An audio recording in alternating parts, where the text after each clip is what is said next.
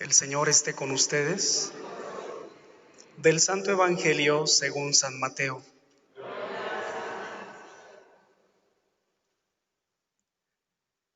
En aquel tiempo llevaron ante Jesús a un hombre mudo que estaba poseído por el demonio.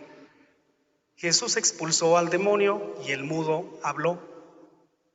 La multitud, maravillada, decía: nunca se había visto nada semejante en Israel. Pero los fariseos decían: expulsa a los demonios por autoridad del príncipe de los demonios. Jesús recorría todas las ciudades y los pueblos, enseñando en las sinagogas, predicando el evangelio del reino y curando toda enfermedad y dolencia. Al ver a las multitudes se compadecía de ellas, porque estaban extenuadas y desamparadas, como ovejas sin pastor. Entonces dijo a sus discípulos: la cosecha es mucha y los trabajadores pocos. Rueguen por lo tanto al dueño de la mies que envíe trabajadores a sus campos. Palabra del Señor.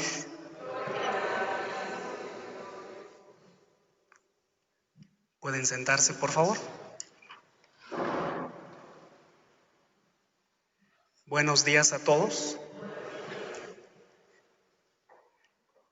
San Mateo también tiene sus temas prioritarios, así como vemos en San Juan, que al principio de su evangelio hace como un recuento programático, algo de lo que va a estar hablando durante todo el desarrollo del evangelio.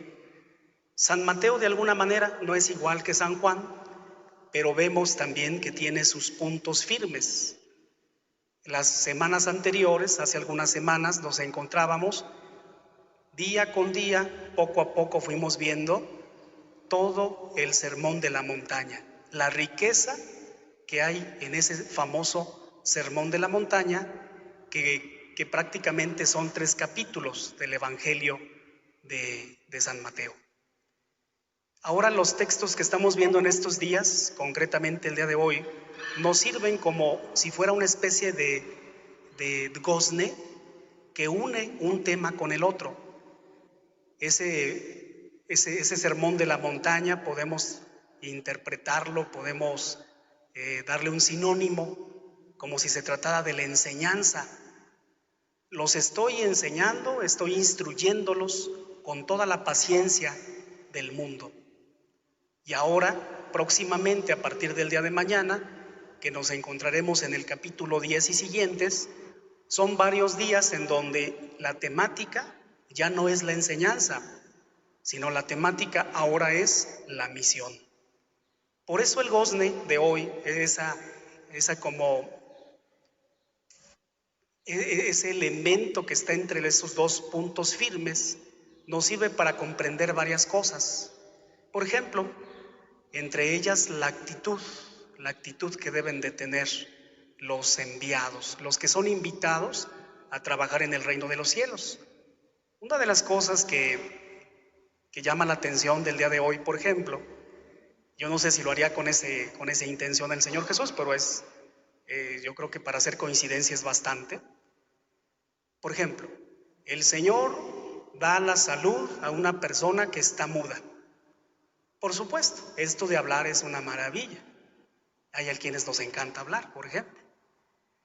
Pero precisamente cuando profundizamos qué significa el poderse comunicar, porque no es la única forma como el ser humano se puede comunicar, pero en este milagro quiere hacer ver que en ocasiones el maligno es el último interesado en que tú puedas decir lo que debes de decir.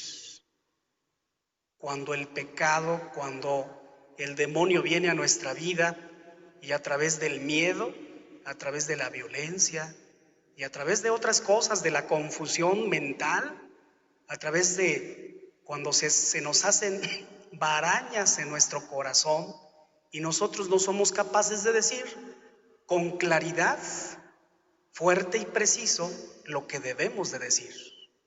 Pónganse a pensar, por ejemplo, en un papá de familia que se siente muy angustiado porque no ha podido decirle a sus hijos Obviamente no solamente con palabras, también con actitudes, con cosas firmes, pero sobre todo también con palabras, las cosas que debería. ¿Por qué? Pues porque les tiene miedo, porque ya muchas veces la muchachita se ha querido envenenar, porque el muchachito ha amenazado con irse de la casa, y entonces los pobres papás están amarrados de manos y sobre todo de garganta, porque no pueden decir las cosas como son. Hoy, hoy el Evangelio nos habla de ese tipo de cuestiones. El Señor sanó a un endemoniado, a una persona que tenía un demonio, y la forma como aplicaba esos chamucos sobre él, pues era precisamente a través de la palabra, era mudo. Nosotros no necesitamos estar mudos para no decir las cosas que debemos de decir.